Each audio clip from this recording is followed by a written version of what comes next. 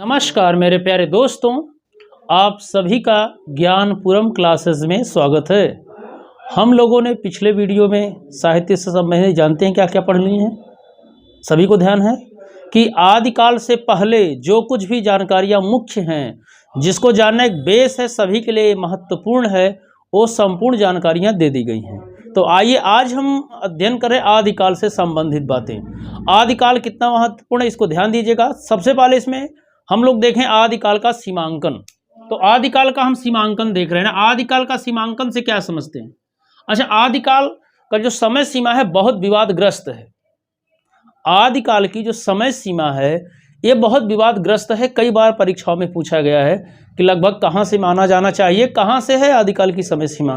तो आपको अगर पूछा जाए कि आदिकाल की समय सीमा किस विद्वानी के अनुसार क्या है, तो ये संपूर्ण बातें आपके सामने रखी गई हैं। आपसे एक आशा मेरी और रहती है कि जो प्रश्न मैं छोड़ता हूं हर वीडियो में, देखेंगे 4-5, कहीं 4 क्वेश्चन, 5 क्वेश्चन, 6 क्वेश्चन, तो सभी का आंसर अगर हो तो सभी का आंसर आप दे सके। अगर आपके पास ऐसा लगता है तो आप एक बार टाइप करेंगे, लिखेंगे, तो आपको याद भी हो जाएगा। अगर आपके पास आंसर नहीं तो आपसे खोजेंगे तो भी, और अगले वीडियो में आशा करेंगे तो अच्छी बातें लगेंगी कि आपको वो आंसर पता है और आ भी रहा है, जिससे आपका अगर गलत आंसर मिलेगा तो मैं आपको संशोधित करके बताऊंगा।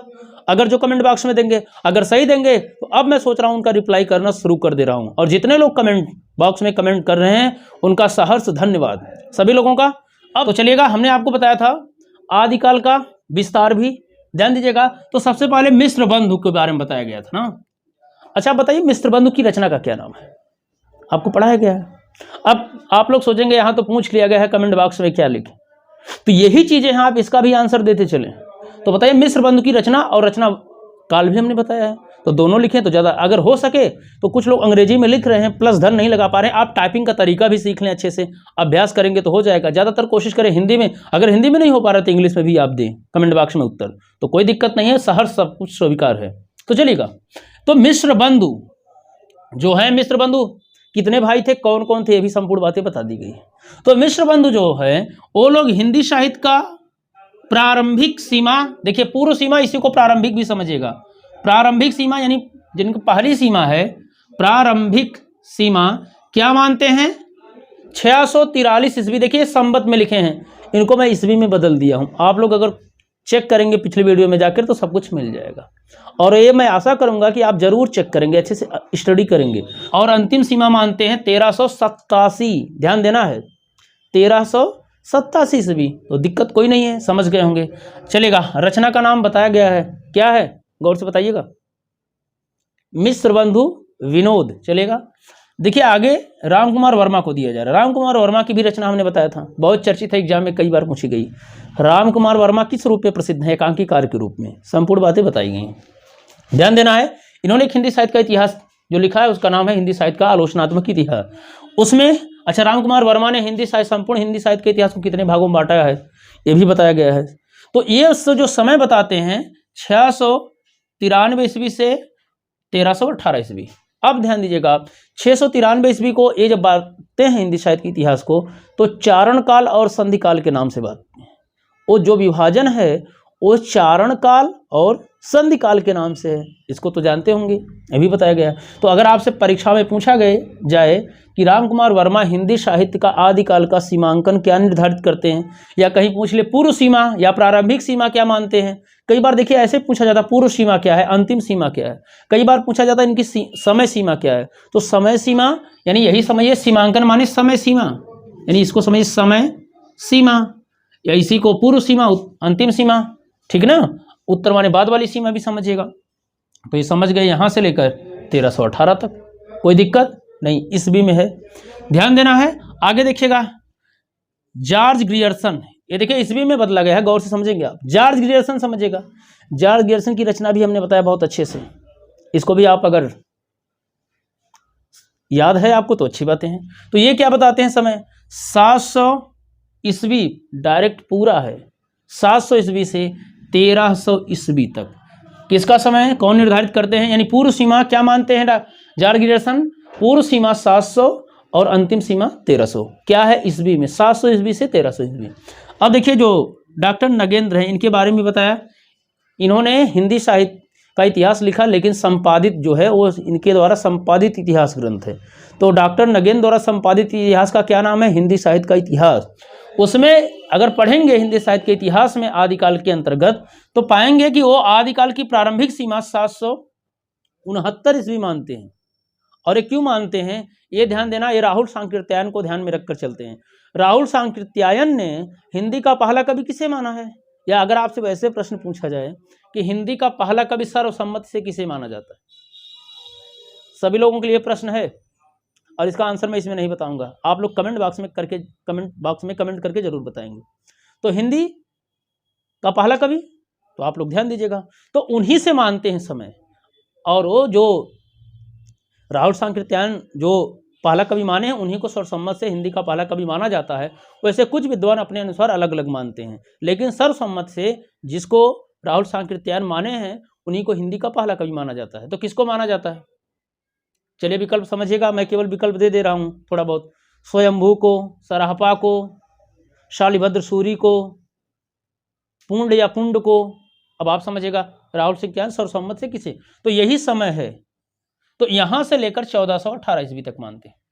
संपूर्ण चीजें पढ़ाई गई इसलिए रोका जा रहा है ये बातें, और आगे भी बताते चल देंगे, लेकिन अभी प्रश्न आपके लिए याद करके भी रखना है। देखिएगा अब आगे, रामचंद्र शुक्ल, इनका आप जानते होंगे, हिंदी साहित्य का इतिहास, समय भी बताए हैं, कब प्रकाशित हुआ, बहुत चर्चित है। ये देखिए ये भी संवत में बांटते हैं, संवत में लेकर चले हैं। 900 साल के इतिहास को इन्होंने 4 भागों में बांटा है और हमने उसका पूरा अच्छे से बताया है। तो अब समझिएगा, वो आदिकाल का जो समय है, आदिकाल को वीरगाथा काल के रूप में लेकर चलते हैं, तो उसका समय क्या बताते हैं, संवत में लिखे हैं। संवत वाला भी बताइए, 1050 संवत से 1375 संवत, उसको आप ईस्वी में बदलेंगे तो ये आएगा, कितना आएगा, 993 से 1318 ईस्वी। चलेगा, 1050 में से 57 घटाएंगे तो यही आ जाएगा, 1375 में से घटाएंगे तो यही आ जाएगा। क्लियर बात है। आगे देखिए, हजारी प्रसाद द्विवेदी, इनकी भी 3 रचना हिंदी साहित्य संबंधी हमने बताया था। कौन कौन, याद होगा सभी को? हिंदी साहित्य की भूमिका, हिंदी साहित्य उद्भव और विकास, और हिंदी साहित्य का आदिकाल। तो आप ध्यान दीजिएगा, वो बताते हैं आदिकाल का समय 1000 ईस्वी से लेकर 1400 ईस्वी। हमने बताया हजारी नाम है तो 1000 से याद कर लीजिए। देखिए मैं ये समय जो ध्यान लेकर चला गया है, एक जो सीक्वेंस कम से लेकर ज्यादा तक लेकर चला गया, 643, 693, 700, 769, 993। अब देखिए यहाँ से 1000 शुरू हो रहा है, मतलब एक सीक्वेंस लेकर चले कि जो क्रम बढ़ रहा है समय का, उसको सीक्वेंस को ध्यान में रखें। ठीक है, अगले हैं हजारी प्रसाद द्विवेदी के बारे में बता दिया गया। विश्वनाथ त्रिपाठी, ये भी 1000 से लेकर कितना मानते हैं, 1400, मतलब यही समझ, दोनों लोगों का समय एक है। अच्छा, विश्वनाथ त्रिपाठी की रचना का क्या नाम है, बताइएगा। विश्वनाथ त्रिपाठी की रचना का क्या नाम है, सभी लोग लिखकर बताइएगा। अच्छा, बताया नहीं गया है, चलिए बहुत अच्छी, फिर भी लिखिएगा, बातें लिखिएगा, नोट कर लीजिएगा आप लोग। विश्वनाथ त्रिपाठी की रचना का क्या नाम है, लिखिएगा, क्या नाम है, हिंदी साहित्य का सरल इतिहास।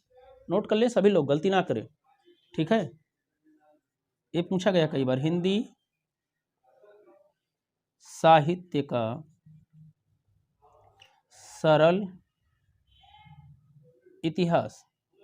ठीक, एक इसका है विश्वनाथ त्रिपाठी। अच्छा, एक और है विश्वनाथ प्रसाद मिश्र, दोनों में लोग बहुत कंफ्यूज होते हैं। उनकी रचना का नाम है हिंदी साहित्य, नोट करें सभी लोग, हिंदी साहित्य, क्या लिखेंगे बोलिएगा, सभी लोग नोट करें, हिंदी साहित्य, नोट किए, चलिए, हिंदी साहित्य का अतीत, हाँ ठीक, हिंदी साहित्य का अतीत, यानी हिंदी साहित्य का अतीत। अच्छा, इसके 2 भाग हैं, समझिएगा, इसके 2 भाग हैं। हिंदी साहित्य का अतीत किसकी रचना है, अब विश्वनाथ त्रिपाठी और वहां विश्वनाथ प्रसाद मिश्र। तो ये ध्यान देना है, हिंदी साहित्य का सरल इतिहास विश्वनाथ त्रिपाठी की रचना है। हिंदी साहित्य का अतीत बहुत बार एग्जाम में पूछा गया है, किसकी रचना है, विश्वनाथ प्रसाद मिश्र। सभी लोग नोट कीजिएगा, हिंदी साहित्य का अतीत विश्वनाथ प्रसाद मिश्र, 2 खंडों में है, हमने बताया था, इसको भी आप नोट कर लेंगे। हिंदी साहित्य का अतीत किसकी रचना है, और एक और थोड़ी सरल रचना है, पूछा जाता है, हिंदी साहित्य का सुबोध इतिहास गुलाब राय का है। हिंदी साहित्य का सुबोध इतिहास, नोट कर सकते हैं, हिंदी साहित्य का सुबोध इतिहास। हाँ सभी लोग, हिंदी साहित्य का सुबोध इतिहास समझ गए होंगे, किसका, गुलाब राय, बाबू गुलाब राय के बारे में जानते होंगे, आगे बताएंगे। तो चलेगा, ये भी कितना समय मानते हैं, 1000 से 1400। किसमें, हिंदी साहित्य का सरल इतिहास। आगे देखिए गणपति चंद्र गुप्त, इनकी रचना का नाम भी हमने बताया था, हिंदी साहित्य का वैज्ञानिक इतिहास। सब कुछ अच्छे से बताने के बाद उसको समय भी बताया गया है, कब प्रकाशित हुआ है। और ये मानते हैं 1184 से लेकर 1350 ईस्वी। 1184 से इसलिए मानते हैं कि हिंदी का पहला कवि शालिभद्र सूरी को मानते हैं, वहीं से ये हिंदी साहित्य का प्रारंभ मानते हैं। तो एक बार ध्यान दीजिएगा, हिंदी साहित्य का आदिकाल की जो समय सीमा है, यानी जो सीमांकन है, वो बहुत विवादग्रस्त है। क्या है, ध्यान देना है, क्या है, विवादग्रस्त है, ठीक है ना, यानी विवाद से ग्रस्त है। इस रामलखन रोगग्रस्त है, ऐसा मतलब विवादग्रस्त है। विवादों में अब देखिए कितने लोग क्या क्या मानते हैं। अब मोटे तौर पर आप मान लिया जाए, ये नगेंद्र जो हैं ये कितना मान रहे हैं, 1418। देखिए सबसे ज्यादा समय तक ले जा रहे हैं, कितना, 1418 तक। एक सीमा ये आ जा रही है, और सबसे कम में कौन सी आ रही है, 643 ईस्वी। अनुमान लगाइएगा, यानी यहां तक कि अब यहां क्यों मानते हैं नगेंद्र इस हिंदी का पहला कवि लेकर चल रहे हैं। अंतिम में बताते हैं विद्यापति की जो रचना काल है उसकी अंतिम सीमा 1418 मानते हैं, और वहीं से बताते हैं विद्यापति को जब हम आदिकाल में रखेंगे तो हम यहां तक जाना ही पड़ेगा 1418 ईस्वी तक।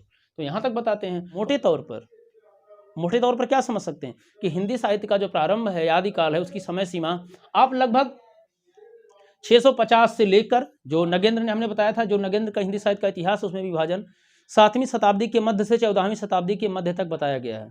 तो वहां से आप लगभग इसको मान सकते हैं कि कहां से कहां तक समय सीमा है। तो यहां से जिससे ये क्या हो जाएगा, सभी लोग इसमें समाहित हो जाएंगे, जो सिद्ध हैं, जो नाथ हैं, जो जैन हैं, ये सभी लोग हिंदी साहित्य के अंतर्गत आके उनकी कुछ रचनाएं हिंदी साहित्य से रिलेटेड हैं। तो बात आप समझ गए होंगे बहुत गौर से। अच्छा, एक चीज और समझिएगा, रामचंद्र शुक्ल से कई बार प्रश्न यहां से पूछा गया है कि रामचंद्र शुक्ल जो है आदिकाल की समय सीमा क्या मानते, कहां से कहां तक। तो ध्यान देना है आप लोगों को कि रामचंद्र शुक्ल जो है आदिकाल की समय सीमा जो है एक किस शासक से मानते हैं, किस शासक। तो क्या आप लोगों को पता है, एग्जाम में कई बार पूछा गया। रामचंद्र शुक्ल आदिकाल की समय सीमा, चलेगा, सभी लोग नोट करके बताइएगा, बोलना नहीं, बस लिख कर बताइएगा सभी लोग, जितने भी लोग हैं। रामचंद्र शुक्ल आदिकाल की जो समय सीमा है वो कहां से कहां तक मानते हैं, यानी किस शासक से किस शासक तक। समय सीमा तो बता दिया गया है, लेकिन कौन से शासक से किस शासक तक मानते हैं, ये बातें आप बताइएगा सभी लोग। किस शासक से किस शासक तक मानते हैं, ये प्रश्न कई बार पूछा गया है। चलेगा, आप नोट कर लीजिए इस बात को, डबल यूनिट कामा में करके लिखिएगा। रामचंद्र शुक्ल आदिकाल का प्रारंभ कहां से मानते हैं, कहने प्राकृत की अंतिम अपभ्रंश अवस्था से ही हिंदी साहित्य का आविर्भाव माना जा सकता है। ये हिंदी साहित्य के आदिकाल प्रकरण 1 में ही लिखते हैं, सामान्य परिचय, यानी हिंदी साहित्य का जो आदिकाल का जो प्रकरण है, प्रकरण 1 में लिखते हैं कि प्राकृत, ध्यान देना है, प्राकृत ऐसे लिखा जाए, प्राकृति में समझिए, प्राकृत, ध्यान समझ में आए ना, नोट कर लीजिए, लिखिएगा, प्राकृत की अंतिम अपभ्रंश अवस्था से ही। तो प्राकृत की अंतिम अपभ्रंश अवस्था कौन है, अपभ्रंश भाषा से हिंदी साहित्य का आविर्भाव माना जा सकता है। आप ध्यान दीजिएगा, हिंदी साहित्य का जो विकास, यानी हिंदी का जो विकास है, मैंने आपको बताया है, सबसे पहले संस्कृत है, संस्कृत के बाद कौन भाषा आती है, पाली है, पाली के बाद प्राकृत है, प्राकृत के बाद अपभ्रंश है, अपभ्रंश के बाद हिंदी समझिएगा, ठीक। कुछ लोग यहीं बीच में अवहट्ट समझते हैं, समझिएगा, हिंदी आ जाती है। अब समझिएगा, ये जो संस्कृत है इसको प्राचीन भारतीय आर्य भाषा कहा जाता है। कौन सी भाषा, प्राचीन भारतीय आर्य भाषा। इसके दो भेद कर दिए जाते हैं, कौन सी, वैदिक संस्कृत और लौकिक संस्कृत। यहां से हम आ जाते हैं मध्यकालीन भारतीय आर्य भाषा। तो यही देखिएगा 3, इसको प्राकृत के नाम से जाना जाता है। किसके नाम से, प्राकृत से। पाली को कई बार एग्जाम में पूछा गया है, पाली को प्रथम प्राकृत कहा जाता है, यानी ये प्रथम प्राकृत है। एग्जाम में अगर आपसे पूछे कि प्रथम प्राकृत किस भाषा को कहा जाता है, तो पाली को, और प्राकृत को द्वितीय प्राकृत कहा जाता है, यानी प्राकृत भाषा को द्वितीय प्राकृत कहा जाता है, और अपभ्रंश को तृतीय प्राकृत कहा जाता है, तृतीय प्राकृत। नोट कर लीजिए इस बात को, आप सभी लोग नोट कर लीजिएगा, क्या कहा जाता है, क्या कहा जाएगा, तृतीय प्राकृत। किसी कोई दिक्कत नहीं ना, तो आप इसको ध्यान दीजिएगा, किसको प्रथम प्राकृत कहा जाएगा, किसको, तो पाली भाषा को प्रथम प्राकृत ना, पाली को प्रथम प्राकृत, और द्वितीय प्राकृत किसे कहा जाएगा, द्वितीय प्राकृत किसे कहा जाएगा? प्राकृत को द्वितीय प्राकृत और अपभ्रंश को तृतीय प्राकृत कहा जाता है। तो ये ध्यान दीजिएगा, इसे मध्यकालीन भारतीय आर्य भाषा कहा जाता है। तो इतने से तो रामचंद्र शुक्ल वही कह रहे हैं, प्राकृत यानी जो प्राकृत है, तो पहली दूसरी तीसरी तो 3 हुए। तो रामचंद्र शुक्ल कह रहे हैं प्राकृत की अंतिम अपभ्रंश अवस्था। तो अंतिम देखिए यही है, अपभ्रंश अवस्था से हिंदी यही आ जा रही है। तो हिंदी का क्या माना जाता है? आविर्भाव, यानी आविर्भाव मतलब समझ रहे हैं ना, विकास यहीं से उत्पन्न होना माना जा सकता है। तो रामचंद्र शुक्ल किससे मान रहे हैं? प्राकृत की अंतिम अपभ्रंश अवस्था, यानी समझ गए होंगे अपभ्रंश। तो कोई दिक्कत नहीं दिख। अब एक प्रश्न और बनता है रामचंद्र शुक्ल से लेकर कि रामचंद्र शुक्ल हिंदी का जो समय है प्रारंभिक और अंतिम सीमा किस शासक से किस शासक तक मानते हैं? तो प्रारंभिक जो सीमा है रामचंद्र शुक्ल, ये राजा महाराज भोज से, महाराज भोज से हम्मीर देव तक, हम्मीर देव नोट कर लीजिएगा, यहां हम नोट कर दे रहे हैं, रामचंद्र शुक्ल जो है महाराज भोज से हम्मीर देव तक, हम्मीर देव तक, ठीक, हम्मीर देव तक की समय सीमा मानते हैं। नोट कर लीजिएगा इस बात को भी आप लोग, कई बार एग्जाम में पूछा गया है। और वो कहते हैं कि महाराज भोज के समय से लेकर हम्मीर देव के समय के कुछ पीछे तक क्या आदिकाल का समय माना जा सकता है? इस बात को ध्यान दीजिएगा आप, ये कई बार परीक्षाओं में पूछा गया है।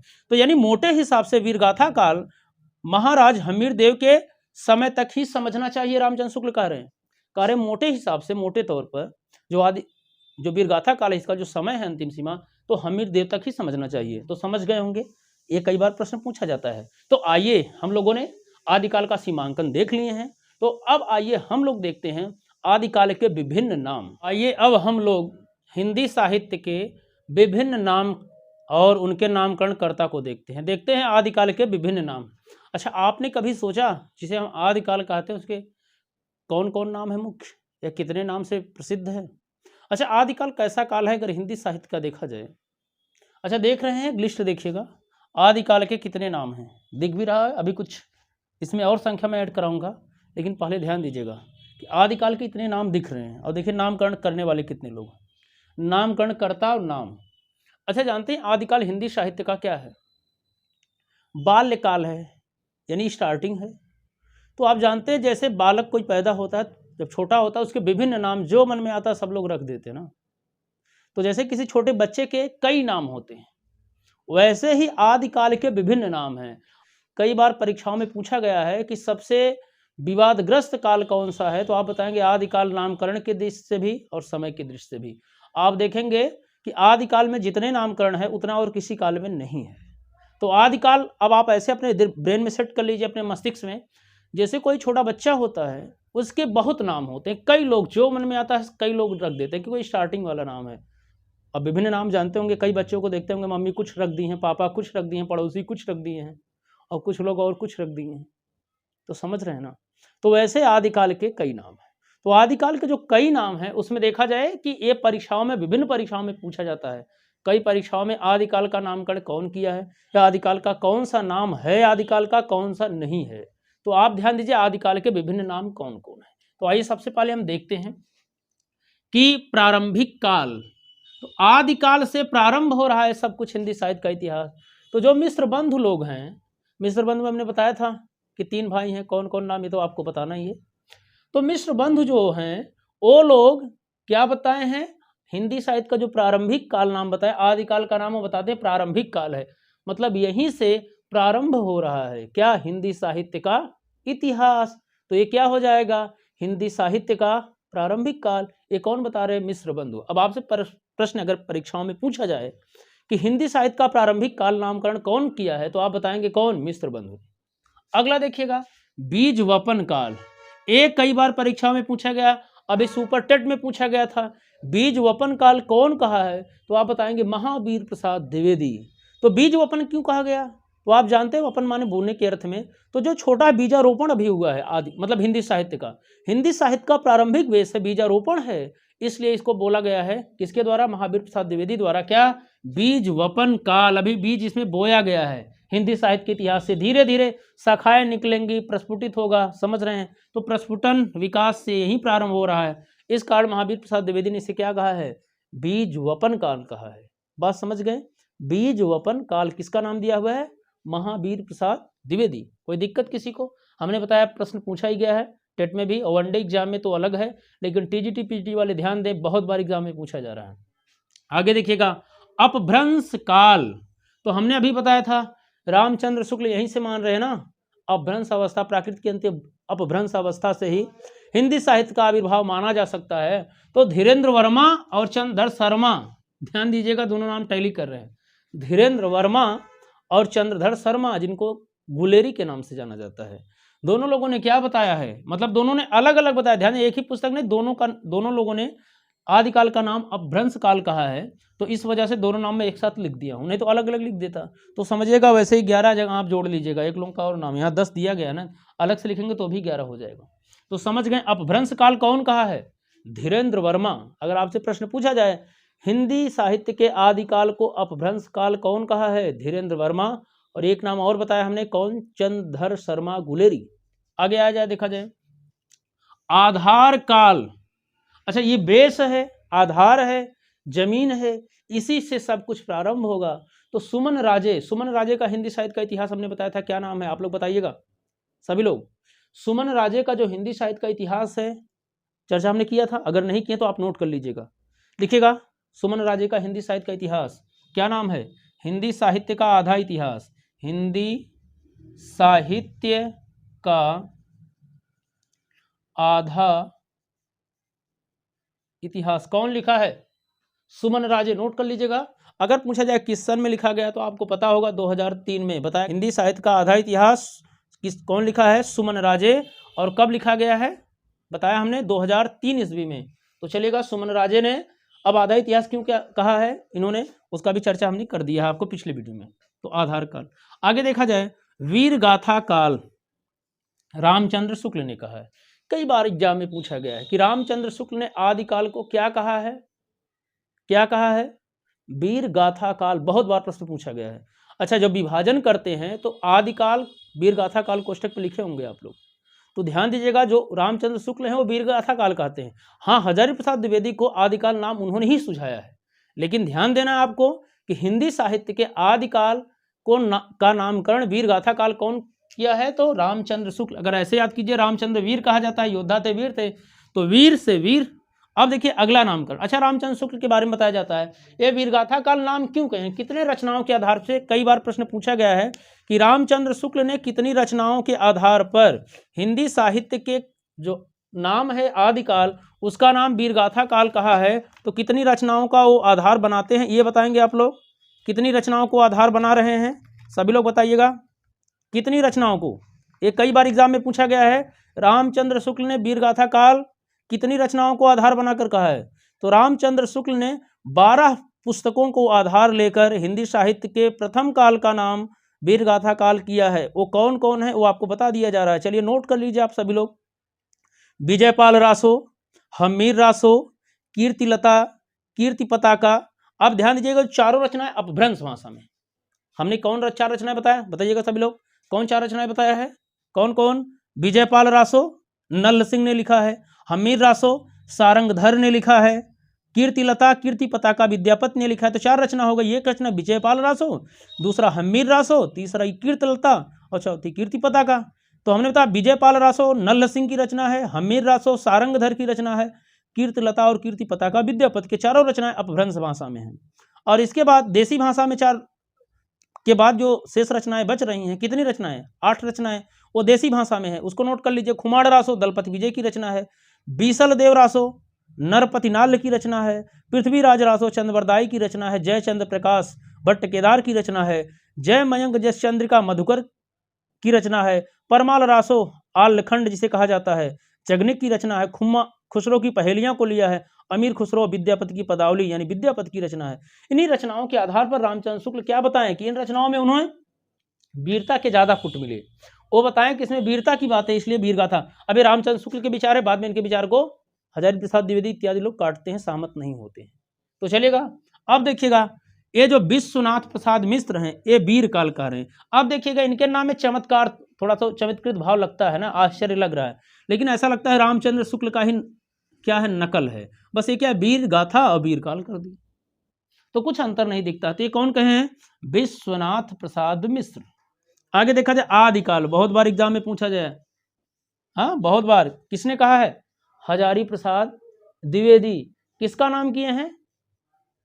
हिंदी के प्रारंभिक काल, यानी पहला जो काल है, जो समय है, उसका नाम हजारी प्रसाद द्विवेदी क्या बताते हैं? आदिकाल। आदिकाल को ध्यान दीजिएगा, कई बार एग्जाम में पूछा गया है। अगला है चारण काल, बहुत बार एग्जाम में भी पूछा गया है। चारण काल कौन कहा है? George Grierson. समय भी हमने बताया। फिर आगे देखिए संधि एवं चारण काल। अब देखिए रामकुमार वर्मा अपने इतिहास में संधि काल अलग समय बताते हैं, चारण काल अलग, लेकिन दोनों को जब जोड़ेंगे तो आदिकाल का ही समय सीमा आता है। तो इसलिए यहां पर लिख दिया गया संधि एवं चारण काल, रामकुमार वर्मा।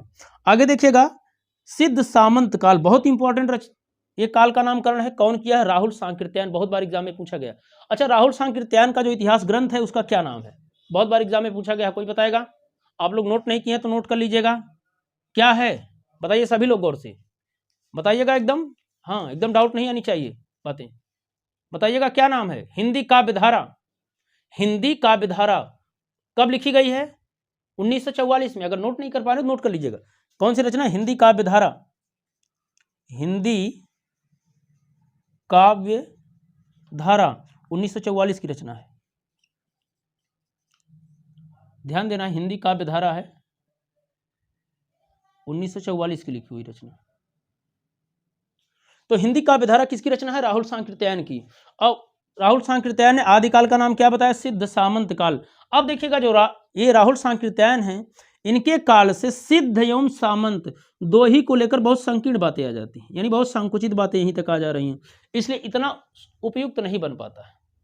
यानी अब समझिएगा कि राहुल सांकृत्यायन सिद्ध यानी सिद्धों जो 84 सिद्ध हैं, और सामंत यानी जो आप समझिएगा जो सामंत लोग थे, इनके काल को लेकर ये सिद्ध सामंत, और राहुल सांकृत्यायन स्वयं सिद्ध थे, ये जानते होंगे आप लोग। तो सिद्धों में ये ध्यान देना, इसलिए इनका नाम भी यहाँ संकीर्ण हो जा रहा है।